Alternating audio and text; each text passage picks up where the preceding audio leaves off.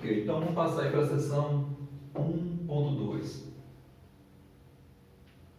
Conjuntos. Bom, então é o seguinte, pessoal, a definição aí de conjuntos, ela tá assim. O que é um conjunto? O conjunto é uma coleção de objetos, né? Então, quando você define conjunto dessa maneira, você nem está definindo, você está simplesmente falando assim, olha, um conjunto é um conjunto, você está usando um sinônimo para definir, então você não está definindo. Então, isso é meio que uma enganação, melhor nem falar. Eu copiei na internet e joguei ele na minha apostila, mas a ideia é a seguinte: tem conceitos que a gente não define. Por exemplo, em geometria é bem comum isso, né? Conceito de ponto. O que é um ponto? Você não consegue definir, a gente ainda não consegue. Se alguém conseguir, me fala aí. A gente não conseguiu ainda definir o que é um ponto. Que é um objeto que não tem dimensão, né? Não é essa bolinha pintada aqui, porque essa bolinha pintada tem uma área. Então, o que é um plano também? O que é um plano? Não é uma folha de papel. A folha de papel ela tem uma espessura. Um plano é uma coisa sem dimensão naquela. Tem dimensão assim, tem dimensão assim. Mas não tem dimensão de altura. Não tem altura. Não é igual uma folha de papel que é um objeto assim. Tá vendo? Com dimensão vertical. Não é isso, né? A folha tem uma espessurazinha aqui. Ela não tem. Então, como é que eu defino essas coisas, né? A geometria analítica dá uma melhorada nisso, né? A gente já consegue expressar isso com equação. É o conjunto de solução daquela equação. Mas a teoria de conjuntos, ela tem alguns problemas aí que não foram resolvidos, né? Então, por exemplo, dizer o que é um conjunto, né? Até os conjuntos de números, por exemplo, também você já tem um pouco de problema de falar quem é o conjunto, né? Por exemplo, eu vou pensar quem é o conjunto dos números reais, é o conjunto dos elementos, das distâncias de um ponto da reta até, né? Então esse cara é o x, então essa distância aqui. Quer dizer, tem construções desses conjuntos, né? Tem construções mais elaboradas desses conjuntos, mas a teoria do conjunto tem alguns problemas. Então, um desses problemas é definir o conjunto, né? Como é que se define? Então, quando você falar uma coleção, só está dando uma ideia do que é. Você vai reunir alguns objetos, você está tentando de alguma forma passar uma ideia, mas não é uma definição muito precisa, né? Então a gente não vai definir. Mas eu vou fazer algumas observações aí sobre conjuntos. Então, em conjuntos a gente tem algumas relações. Por exemplo, eu digo que um elemento pertence a um conjunto A. Então, você tem lá um conjunto A, vou usar um diagrama aqui para representar, e tem um X ali. Então, o X está no conjunto, então o X pertence ao conjunto. Eu vou colocar números aí para facilitar o entendimento.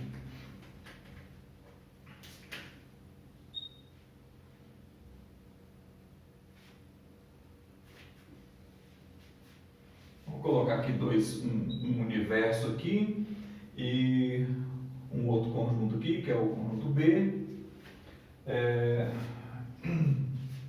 Então aqui está o 3 e aqui está o 2. Então vou pegar 3 elementos aí. Então o 1 é um elemento que pertence ao A, ao conjunto A. O 2 não pertence ao conjunto A. Então os símbolos que a gente vai usar é esse. O 2 está fora do conjunto A, o 2 não pertence ao conjunto A. O 3, então o 1 pertence a A, o 2 não pertence a A e o 3 não pertence a A. 1, 2 e 3.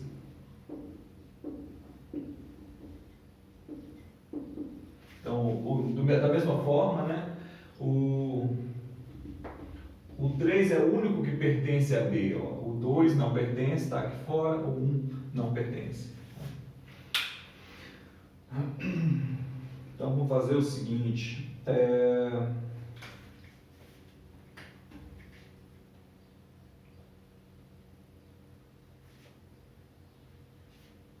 O 4 é um elemento que pertence a A e o 4 é um elemento que pertence a B. Então, aí já tem um conceito diferente que é a interseção com B. Quem é?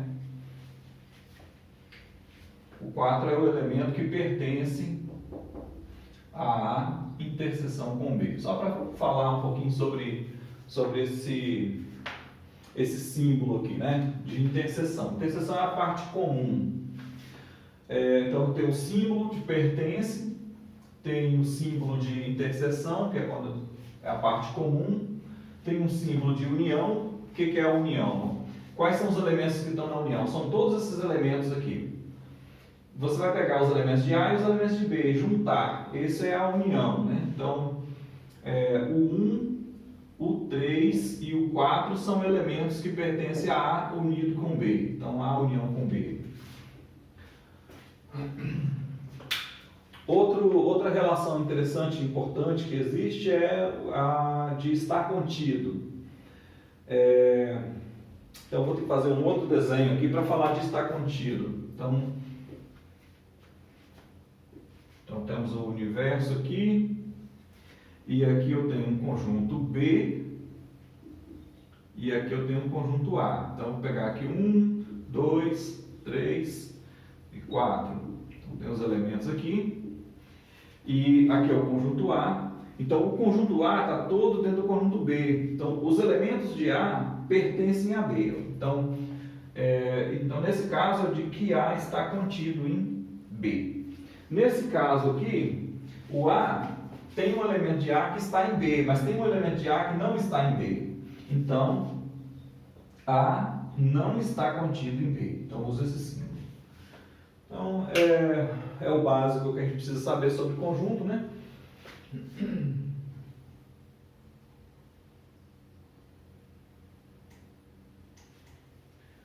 Bom, então, eu vou fazer uma sequência agora de sessões aí, começando com conjuntos. Então, eu vou falar conjuntos, vou falar de cartesiano e vou falar de relação.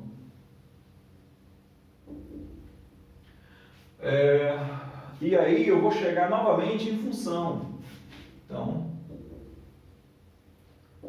Então a gente viu a definição clássica de função, mas eu vou dar uma nova definição de função. Essa nova definição, ela é, na verdade, eu estou definindo a função aqui como o gráfico da função. Então a gente vai chegar lá. Mas eu fiz a definição de função, que é um objeto importante para o curso de álgebra linear e para os outros cursos aí.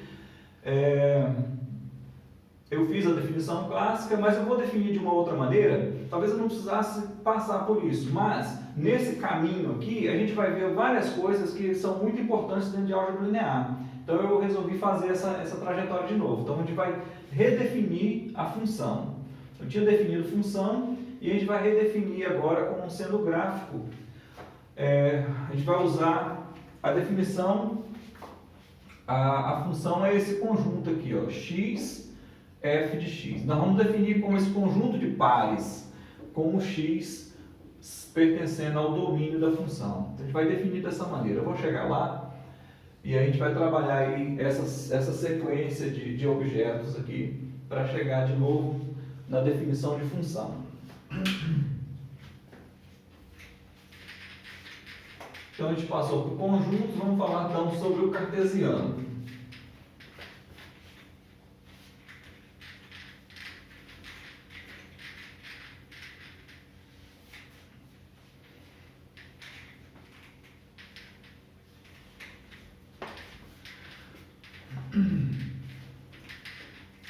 Eu vou fazer um breve comentário aqui sobre conjuntos. Tem uns problemas na teoria de conjuntos que são muito interessantes. Tem um problema que é um problema de escolher um elemento. Por exemplo, ó, você tem esse conjunto aqui.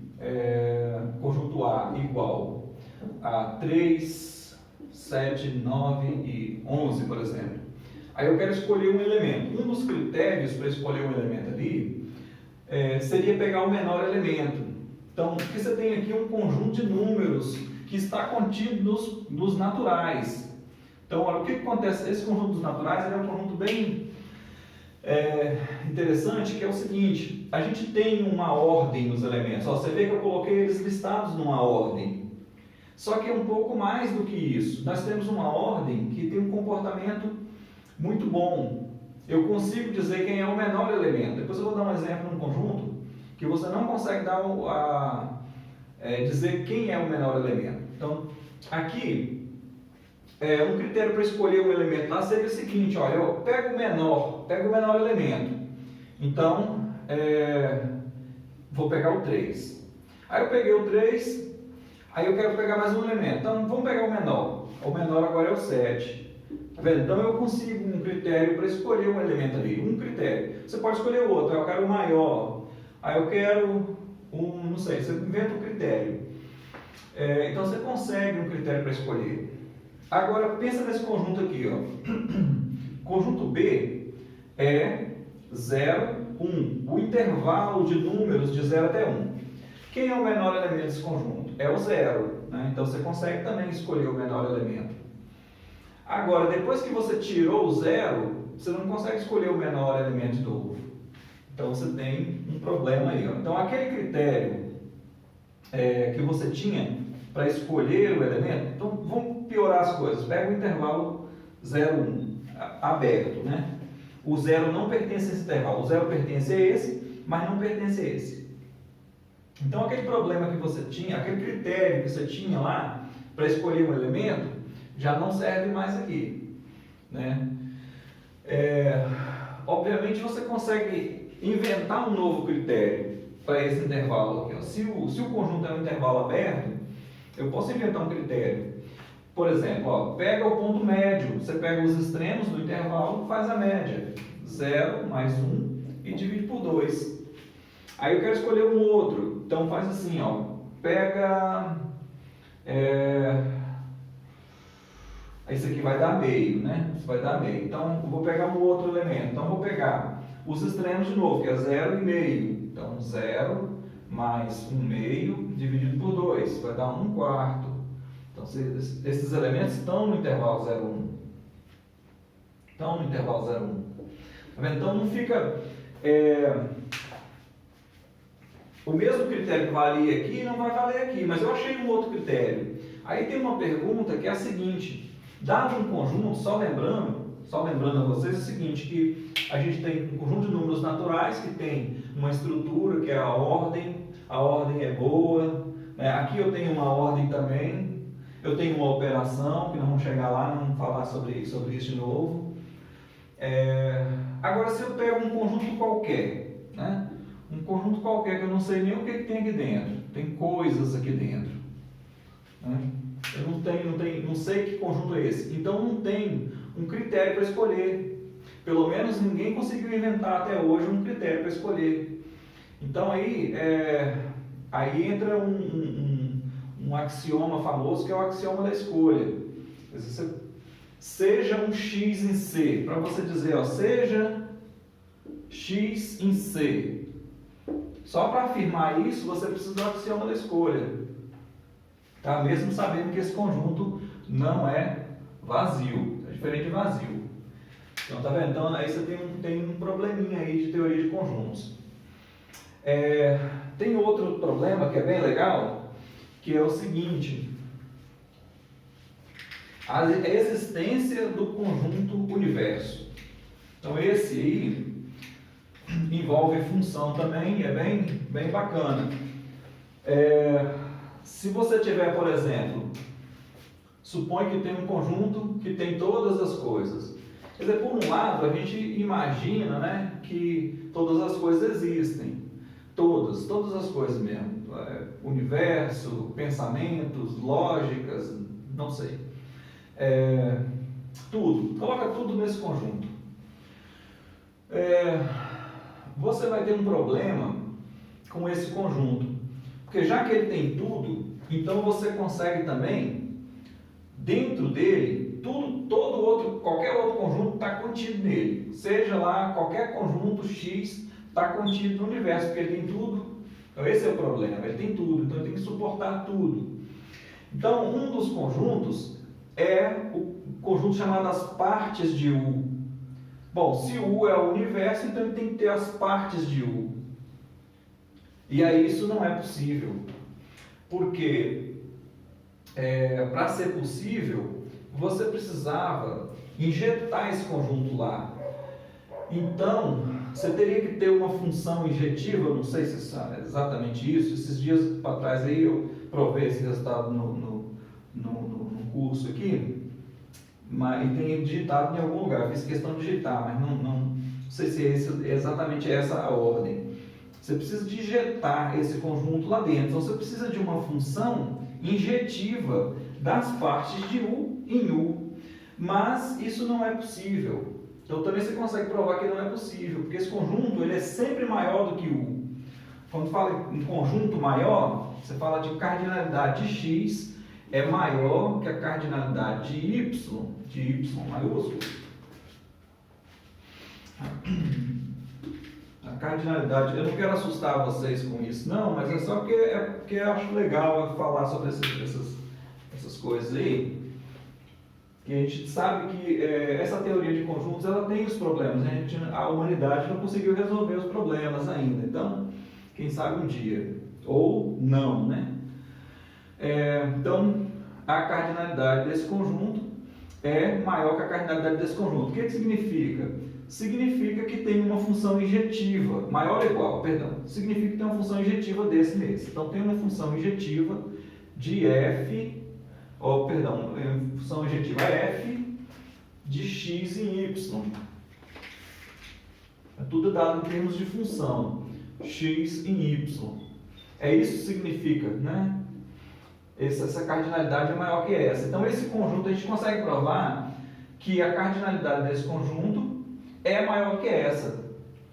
Então não tem como esse conjunto estar contido nesse. Então aí você conclui que não existe o conjunto universo, pelo menos com essa estrutura, né? Então, com essa estrutura de conjuntos que a gente conhece, sem resolver esses problemas. Então, tem alguns buracos aí nessa teoria. Tem um outro bem legal também, que é a cardinalidade de números reais. Eu não vou entrar muito nesse detalhe, mas não. Vou parar por aqui. Esse do conjunto universo, tem uma outra versão dele, tem uma outra versão popular dele, que o pessoal tenta provar a não existência de Deus, né? Mas é uma brincadeira e tem uma falha, né? A falha é que você tenta achar um elemento do conjunto vazio, ou já criar um conjunto com uma impossibilidade, com um paradoxo. X pertence a um conjunto, mas esse conjunto não tem elementos. Então, a história é a seguinte: supõe que tem um ser onipotente.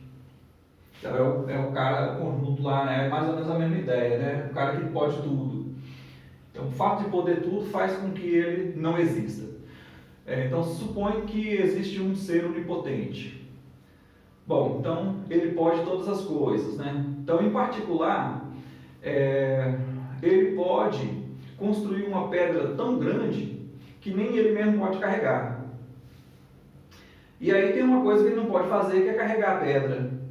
Então não tem um ser onipotente. Então essa dificuldade de lidar com tudo, né? Com o poder tudo, com ter todos os elementos.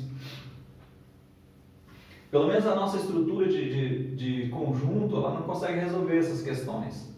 Quem sabe aí de um dia alguém consegue resolver.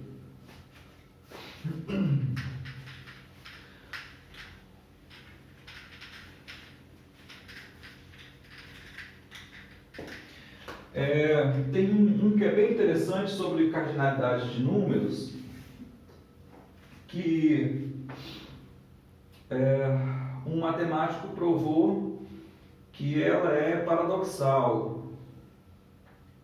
Se você provar que ela é verdadeira, você consegue concluir que ela é falsa. Não, se você supor que ela é verdadeira, você consegue concluir que ela é falsa. Então tem um probleminha aí na cardinalidade, né? Enfim, então vamos passar para diante. Bom, a gente consegue fazer algumas coisas, né? Então vamos fazer o que a gente consegue fazer com essa teoria de conjuntos, né?